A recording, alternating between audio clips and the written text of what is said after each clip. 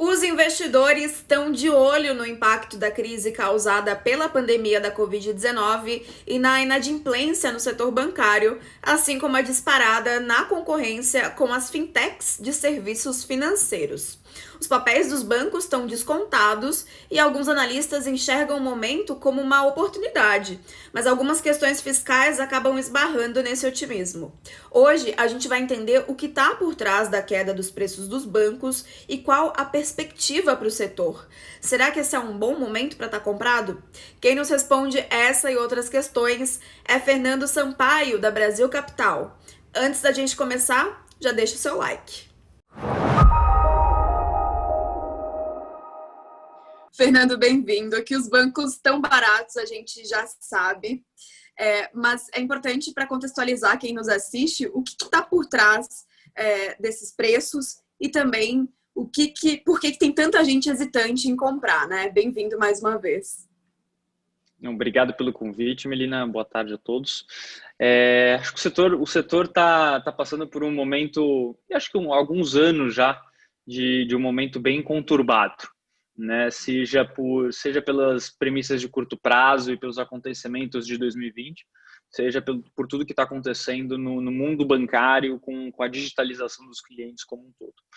Eu acho assim, por que os bancos estão muito baratos hoje?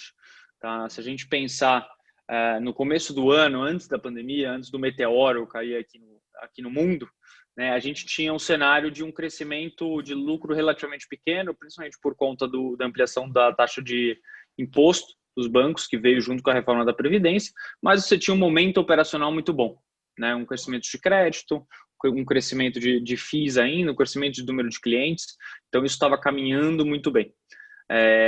Olhando a partir de 2000, a partir da crise, né, com os impactos que os bancos tiveram aí, os bancos tiveram que fazer um provisionamento muito grande. E a grande dúvida que fica é quanto eles provisionaram foi suficiente ou não para aguentar o buraco que vai aparecer nas carteiras de crédito em termos de inadimplência, que vai só aparecer a partir do primeiro tri de 2021, tá? Porque os bancos basicamente renegociaram 20% das carteiras, então postergaram essa inadimplência dando carência, e aí você vai ter efetivamente para entender qual é a inadimplência real do negócio a partir do quarto T de 2020. Então fica muito uma situação de, olha, legal, provisionamos, mas não sabemos qual vai ser a realidade disso e se o provisionamento é suficiente ou não, né? Então os bancos acabaram sofrendo com isso num primeiro momento, tanto que o banco que melhor performou ali no começo da crise foi o Itaú, que foi o que mais provisionou, justamente por esse conservadorismo do mercado. A partir desse primeiro momento, você teve todo o barulho político, seja de imposto, seja de cap de juros, que aconteceu ao longo da crise. Isso causou alguma underperformance dos bancos, mas ele foi sendo mitigado ao longo do tempo, conforme o governo foi ajustando a parte política, tá? E eu acho que foi a gota d'água, foi esse recente movimento lá fora, né, que pegou os grandes bancos globais, HSBC, JP Morgan, Deutsche Bank, com algumas operações suspeitas de alguns bilhões de dólares, né? Então isso acaba levando o mood global e para bancos, que já não é muito positivo, pior ainda. Tá? Então, causando uma underperformance ainda maior. E aí tem sempre, acho que, o porquê o pessoal está muito hesitante em comprar, né? Porque apesar de enxergar os múltiplos baixos de curto prazo e ver que tem um potencial de reprecificação, quando você olha no médio e longo prazo, o cenário de competitivo mudou completamente. E aí você tem um risco muito grande de os bancos que tinham um ROI de 20, 21, 22, 24% no Brasil nos últimos anos, talvez o ROI não volte para esses níveis, né? E aí você pode ter um de-rating estrutural de múltiplo do setor como um todo, tá? Eu acho que por isso, primeiro, os bancos estão baratos por conta desses fatores de queda de resultado muito grande em 2020, ainda uma incerteza relevante com relação a esse desempenho de carteira para 2021 e, obviamente, deixa muito hesitante por conta desse movimento de médio e longo prazo, que é difícil você prever o que vai acontecer efetivamente com esse profit pool bancário muito grande, tá? Você comentou até das questões políticas aí do começo e meio do ano, mas a gente ainda tem elas no radar, inclusive bem fortes, né? Tem o receio com a agenda, desculpa, tem o receio com a agenda da reforma tributária, que pode vir acompanhada aí de uma CPMF, o que não é bom para os bancos, fora a questão da tributação de dividendos, que pode pesar também nos papéis. Fala um pouquinho sobre a expectativa, você já falou, mas vamos se aprofundar um pouquinho na expectativa para o setor no longo prazo. É hora de comprar e apostar ou não? Vamos lá, eu acho que tem alguns fatores aqui. Se a gente pegar a parte política, eu acho que tem uma boa arrefecida no risco.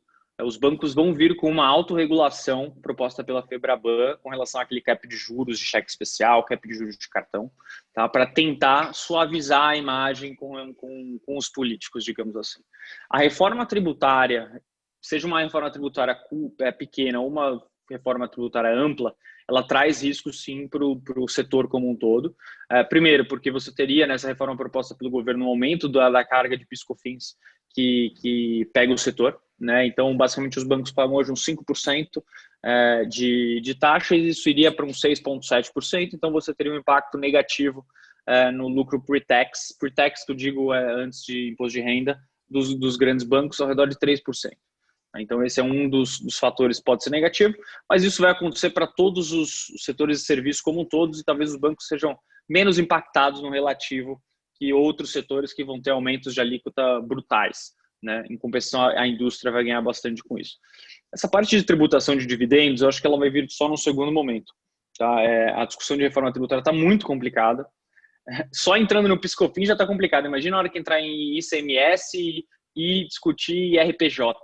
Então, eu acho que o governo tem essa consciência de que só taxar dividendos vai ter um efeito muito negativo. Então, você tem que fazer um ajuste de taxar menos empresas e taxar o dividendo, que, né, como brasileiros aqui, é muito fair você taxar dividendos, porque o Brasil é um dos poucos países que não taxa e acaba gerando um benefício fiscal muito grande para as pessoas físicas aí que recebem dividendos de empresas, né? Então, na minha cabeça, a gente vai ter uma reforma tributária pequena nesse primeiro momento, que vai ter algum impacto negativo, mas é pouco, e no segundo momento a gente vai ter uma discussão mais ampla de RPJ versus de tributação de dividendos. E aí tem alguns posicionamentos que você pode fazer para estar um pouco defendido disso. Um exemplo clássico aqui se você tiver uma taxação de dividendos, a Itaúsa deveria ter um fechamento de desconto perante ao Itaú, tá? Porque ela tem uma ineficiência fiscal lá, atrelada a JCP, atrelada a PIS/COFINS, que dentro desse âmbito de reforma você teria um benefício na conta para a Itaúsa e um malefício para o Itaú. Tá? Então, isso é uma opção aí para você se defender um pouco disso. Parte de CPMF, eu acho que a gente está muito cru ainda na discussão. Obviamente, isso incentiva uma informalidade maior na economia como um todo e incentiva a evasão fiscal. Então, eu acho que é um ponto difícil da gente determinar se vai ser muito positivo ou não, ou muito negativo, né? Mas, sem dúvida, tem esse risco aí, mas no final das contas, isso é um pass-through direto para o cliente que vai acabar pagando isso e não o próprio banco. Então, me preocupa um pouco menos desse ponto de vista.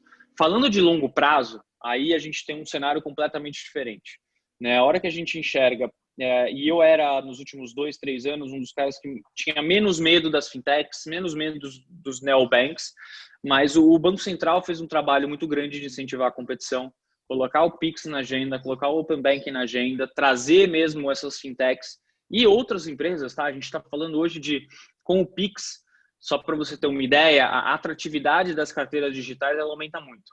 Né? Pensa que hoje você, quando tem a AME Digital, a carteira do Mercado Pago, a carteira digital que você quiser ter na cabeça aí, você só conseguir usar esse dinheiro e o cashback que eles te davam nos estabelecimentos que aceitam AME, que aceitam Mercado Pago. Então, você estava com um loop muito restrito, né? Você não conseguia ficar transacionando com esse dinheiro em todos os lugares. A hora que você tem o Pix, isso viabiliza que essas carteiras digitais façam TED, DOC, paguem contas de utilities, paguem contas de e-commerce.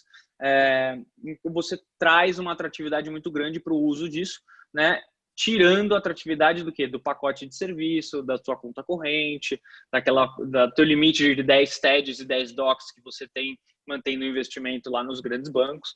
Então, aqui a gente vai ter uma mudança de paradigma mesmo com relação às transações digitais no mercado financeiro como um todo.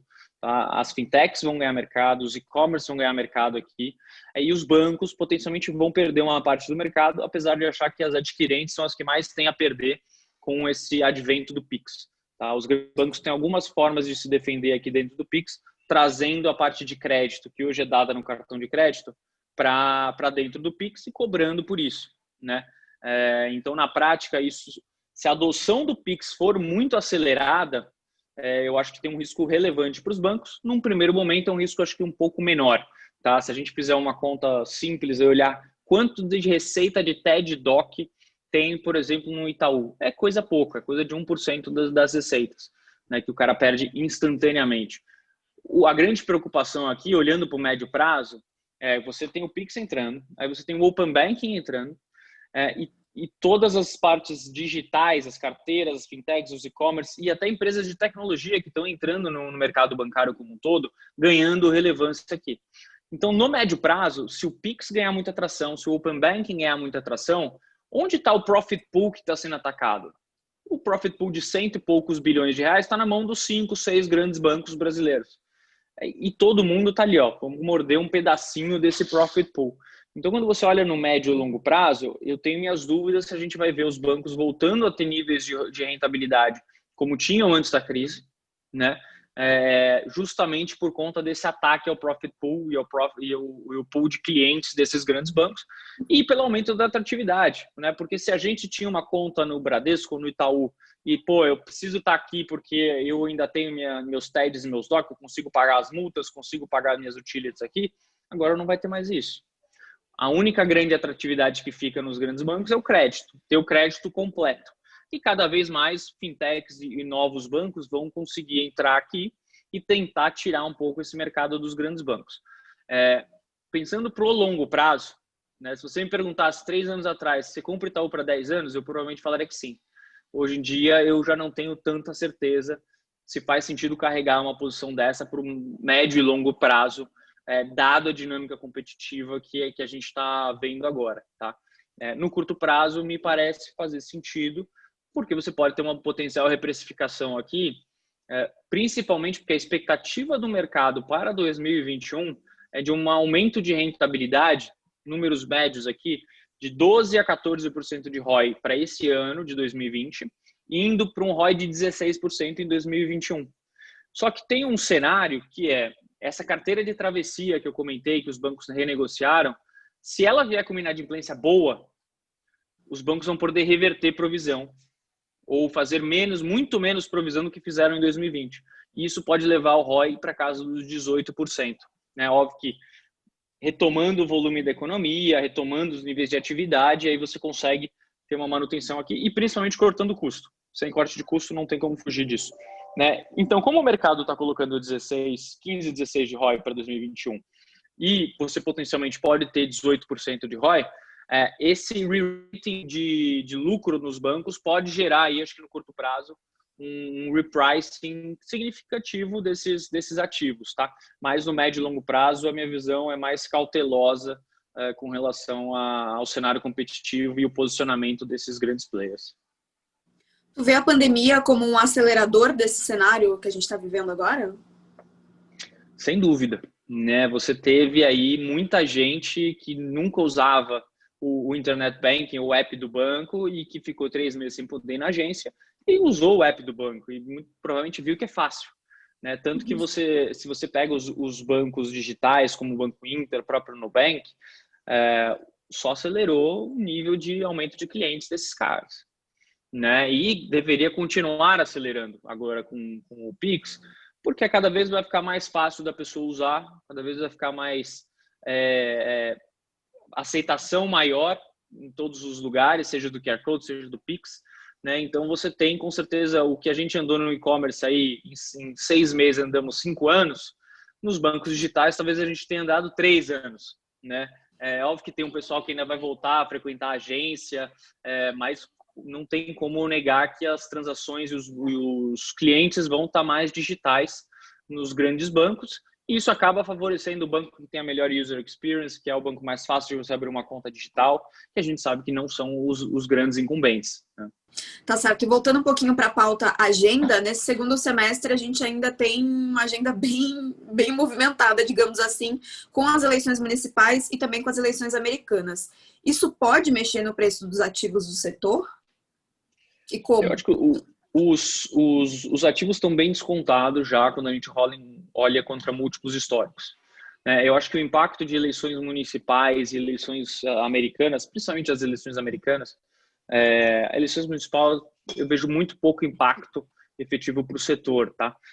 Nas americanas, não. Se você tiver um movimento que normalmente é global, dependendo do resultado da eleição, normalmente os bancos acabam sofrendo, até porque você tem uma dicotomia muito grande ali entre os dois partidos, né? Um muito pró-mercado, pró-business, o outro lado muito na cabeça de vamos taxar, vamos regular. Então, obviamente, isso pode ter um efeito, acho que assim como esse efeito que a gente viu recentemente por conta dos escândalos lá fora dos grandes bancos, pode ser um efeito parecido de você ter novamente um shift para o outro lado e ter uma performance negativa aí no setor como um todo, tá?